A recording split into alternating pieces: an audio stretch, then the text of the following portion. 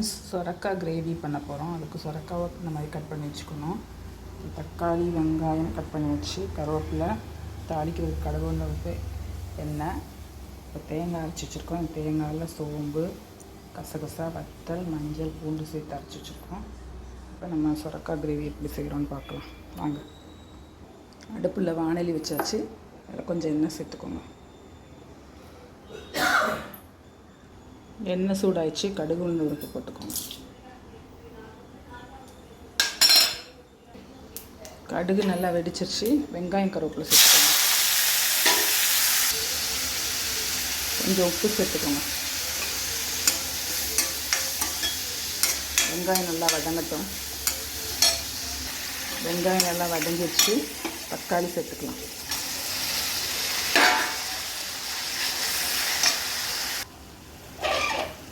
ஒரு மூடி போட்டுடலாம். தக்காளி நல்லா வதங்கட்டும். இப்போ தக்காளி நல்லா வதங்கிடுச்சு. நம்ம அரைச்சி வச்ச மசாலாவை சேர்த்துக்கலாம். இதோட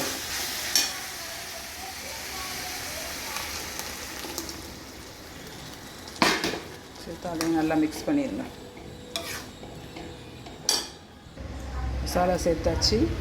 எல்லாத்தையும் நல்லா மிக்ஸ் பண்ணியாச்சு. இப்போ மூடி போட்டு நல்லா கொதி வரட்டும். கிரேவி நல்லா கொதிச்சிருச்சு. நம்ம இப்போ கட் பண்ணி வச்ச சொரக்காவை அது கூட சேர்த்துக்கலாம்.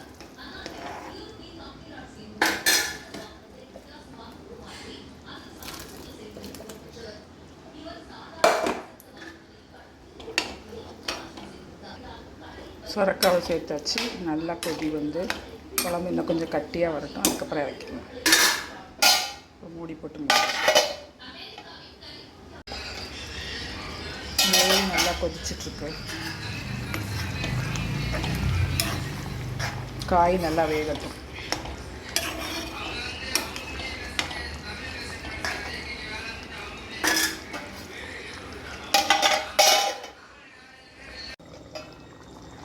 நல்ல எண்ணெய் பிரிஞ்சு வந்துச்சு.